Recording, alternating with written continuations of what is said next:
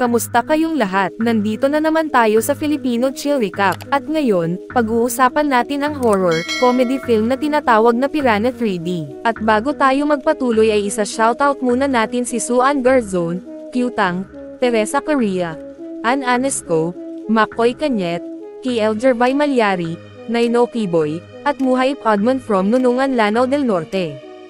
Maghanda na kayo dahil sa mga spoilers na darating. Ang lokal na mangingisdang si Matt Boyd ay nangingisda sa isang liblib na bahagi ng Lake Victoria, nag-e-enjoy habang umiinom ng bote ng beer. Bigla siyang may nahuli sa kanyang pamangwit. Habang iniikot niya ito pabalik, aksidente niyang nahulog ang bote ng beer sa tubig. Nang tumama ang bote sa ilalim ng lawa, biglang nagkaroon ng lindol na bumiyak sa pinakailalim ng lawa. Naging sanhi ito ng pagbuo ng isang malakas na ipu-ipo na dahan-daang humihigop kay Matt habang sabay na nagpapakawalan ng libu-libong sinaunang pirana. Sa huli, nahulog si Matt mula sa kanyang bangka at unang beses na natikman ng gutom na mga pirana ang laman ng tao. Samantala, sa kalapit na bayan na kasalukuyang dinarayo ng mga turista dahil sa isang festival, dagsa ang maraming estudyante sa kolehiyo para magdiwang ng spring break. Si Jake Forrester ay nakasakay sa kanyang scooter para sunduin ang nakababatang kapatid na si Laura. Sa daan, nakasalubong niya ang kanyang ina na si Sheriff Julie Forrester na abala sa pagsaway sa mga lasing na estudyante. Namangha si Jake sa masayang kaganapan at nangangarap na makisali rin sa kasiyahan tulad ng iba. Bigla, nakuha ang atensyon niya ng isang dalagang nagngangalang Kelly. Saglit silang nag-usap pero dumating ang nobyo ni Kelly para isama siya. Nagpatuloy si Jake sa kanyang paglalakbay at nadatnan si Laura na nakikipag-usap sa isang sikat na aktres mula sa isang website. Mabait ang aktres kay Laura. Maya-maya, lumapit ang direktor na si Derek Jones at nang malaman niyang lokal si Jake, tinanong siya kung maaari siyang magsilbing gabay sa kanilang pagkuha ng video. Kinagabihan, binisita ni Jake ang parehong website at nakita roon ang aktres. Biglang pumasok sa silid si Julie para paalalahanan siya na kailangan niyang bantayan ang kanyang kapatid na babae at lalaki. Samantala, tinawagan si Julie ng deputy sheriff na si Fallon para pumunta sa lumang pantalan dahil sa pagkawala ni Matt. Doon, nalaman ni Julie mula sa US Geological Survey na may naitalang pagyanig sa ilalim ng lawa at niyaya siyang sumama sa grupo ng mga diver para imbestigahan ang pinagmulan nito. Pagdating sa lugar, nakita ni Julie ang walang lamang bangka ni Matt sa may damuhan sa gilid ng lawa. Sinubukan niya itong hatakin pero nahulog siya sa tubig.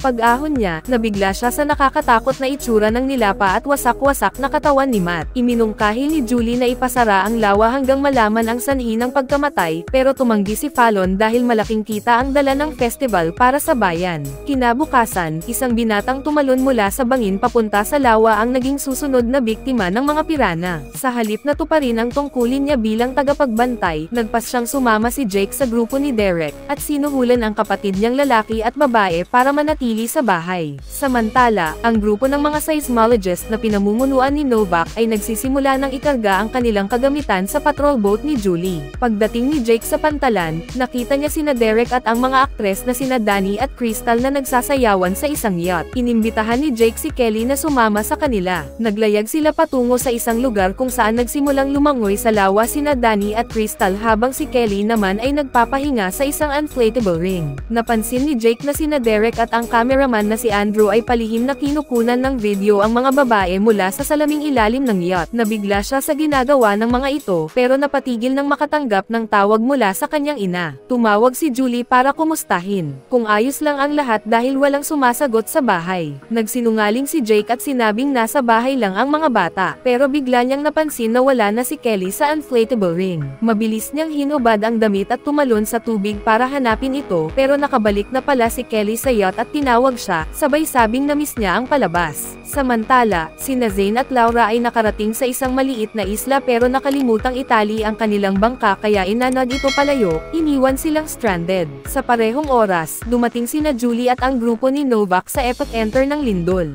Gamit ang digital mapping device, ipinakita ni Novak kay Julie ang mga lugar kung saan bumukas ang daan patungo sa isang underground lake. Sumisid sina Paula at Sam para tuklasin ang lugar at iulat ang kanilang nakita kay Novak sa pamamagitan ng radyo. Dahil makipot ang daan at kasya lang ang isang tao, si Sam ang unang pumasok habang nanatili si Paula sa bungad para panatilihin ang komunikasyon. Ginabayan sila ni Novak gamit ang device na nagsisilbing radar para makita ang kanilang lokasyon. Nang makapasok sa lagusan, nadiskubre ni Sam na ito ay humahantong sa isang napakalawak na lawa sa ilalim ng lupa. Nakakita siya ng tila matayog na halaman, ngunit nang lapitan ay lumabas na ito pala ay kumpol ng napakaraming itlog ng pirana. Tinanggal niya ang kanyang guwantes para hawakan ito pero bigla siyang nakaramdam ng kagat. Dumaloy ang dugo niya sa tubig at iniulat niya ito kay Paula. Nagsindi siya ng flare pero sa kanyang gulat, daan-daang gutom na pirana ang pumulupot sa kanya at nagsimulang umatake. Tinawag siya ni Paula ngunit tanging mga sigaw lang ang narinig. Mabilis na nagsuot ng diving suit si Novak at sumisid para tumulong.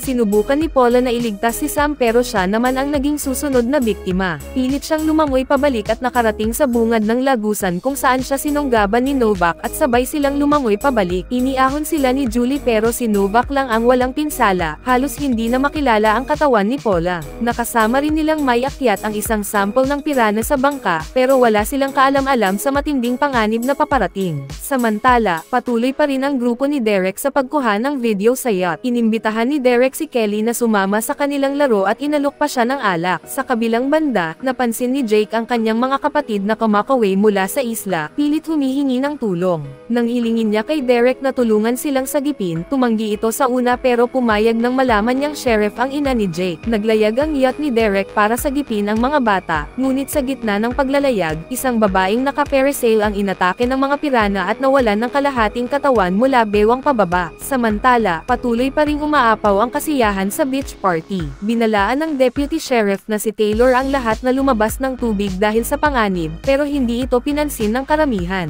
Tanging nang magpaputok siya ng baril sa ere saka lang napatingin ang mga tao. Ngunit sa halip na sumunod, nagpatuloy pa rin sa pagsasaya ang mga estudyante at patuloy na nagsitalunan sa tubig. Matagumpay na nasundo ni Jake ang kanyang kapatid na lalaki at babae mula sa isla at pinagalitan sila. Iginiit ni Derek na bumalik sila sa party, kung saan nagsimula na ang wet t-shirt contest. Napansin ni Laura na may mga isdang lumalangoy sa ilalim nila sa pamamagitan ng salaming sahig ng yacht. Hindi alam na mga mababanggas na pirana pala ang mga iyon. Biglang huminto ang yacht dahil naipit ng mga damo ang propeller. Si Derek ang humawak ng manibela, ngunit nakarating na ang mga pirana sa party. Ang unang biktima ay nagdulot ng matinding takot at kaguluhan. Nag-uunahan ang mga tao sa pagtakas, may mga lumalangoy papunta sa pampang at may umaakyat sa mataas na lugar. Tumulong sina Julie at Novak sa paglikas ng mga tao patungo sa patrol boat. Marami ang nagtungo sa isang floating stage, ngunit dahil sa sobrang bigat, tumaob ito at nalaglag ang lahat diretso sa kawan ng mga mandaragit. Tumalon si Novak mula sa patrol boat, sumakay sa jet ski, at armado ng shotgun para iligtas ang mas marami pang tao. Ibinato naman ni Julie ang kanyang stun gun sa tubig, na kumuriyent sa ilang pirana at nagpawasak ng isa. Samantala, napaandar muli ni Derek ang yacht ngunit bumangga ito sa isang bato, nabasag ang salaming ilalim, at pumasok ang tubig sa lower deck kung saan sina Laura, Zane, at Kelly ay natrap. Nakalabas ang mga bata ngunit naiwan si Kelly, kaya umakyat siya sa isang counter para makaiwas. Dahil sa lakas ng impact, nahulog sina Derek, Crystal, at Andrew sa tubig. Agad silang inatake ng mga pirana at napatay sina Crystal at Andrew. Pilit namang kumapit si Derek kay Danny na nakahila rin sa kanya pataas, ngunit kasama niyang naiahon ang ilang pirana na agad ding umatake kay Danny. Samantala, nananatiling nakulong si Kelly sa ilalim ng deck habang paikot-ikot sa paligid niya ang mga agresibong pirana. Kinausap siya ni Jake mula sa bintana sa kisame, pilit naghahanap ng paraan para iligtas siya. Sa party naman, patuloy ang matinding pagtakas ng mga tao mula sa tubig. Karamihan ay malubhang sugatan. Nakipaglaban si Fallon para protektahan ang mga tao. Binabaril ang mga pirana gamit ang shotgun. Nang maubusan ng bala, tinanggal niya ang motor mula sa speedboat at ginamit ang propeller bilang pansamantalang chainsaw. Sa huli, nilamon din siya ng mga pirana. Habang inaalagaan ni Julie ang mga nasugatan, nakatanggap siya ng tawag mula kay Jake na umamin na nasa yacht siya kasama ang kanyang kapatid na lalaki at babae. Nagpanik si Julie nang malaman niyang lumulubog na ang yacht. Determinadong iligtas sila, sumakay siya sa isang speedboat at iniwan naman ni Novak ang kanyang jet ski para tumulong. Laking ginhawa ni na Jake, Danny, at ang mga bata nang makita sina Julie at Novak na paparating. Habang naipit ang yacht sa mga bato at hindi makalapit ang speedboat, kinuha ni Novak ang isang lubid at inihagis ni Julie ang isang dulo nito kay Jake na agad itong itinali sa deck ng yacht. Tumawid si Julie sa lubid upang makarating sa yacht. Muling nagkita ang pamilya, ngunit nadiskubre ni Julie na si Kelly ay nananatiling nakulong sa ilalim ng deck. Masyado itong masikip para makalabas siya sa bintana sa kisame. Nagpa siya si Julie na ipadala muna ang lahat pabalik sa bangka at bumalik para iligtas si Kelly, pero nagpumilit si Jake na manatili kasama niya. Sinisi niya ang sarili sa nangyari ay dahil pinayagan niyang sumama si Kelly, na ngayon ay nasa panganib.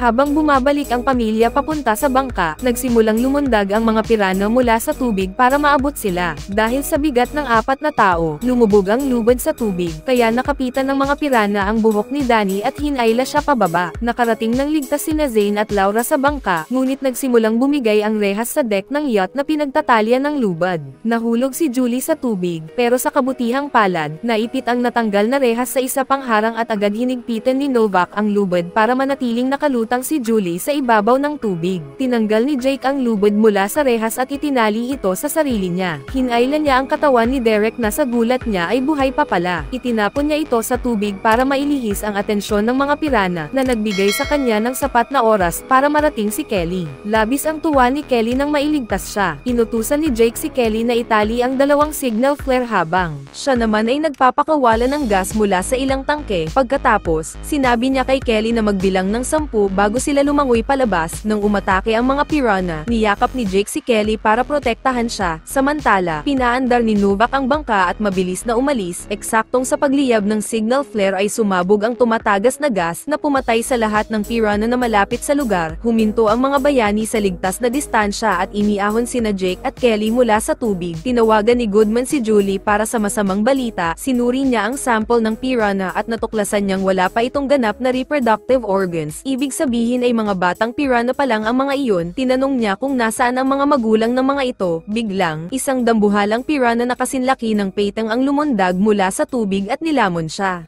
Mag-subscribe na kung hindi ka pa nakasubscribe. Pindutin na rin ang notification bell at like button para sa marami pang movie recap katulad nito, at mag-iwan ng comment down below.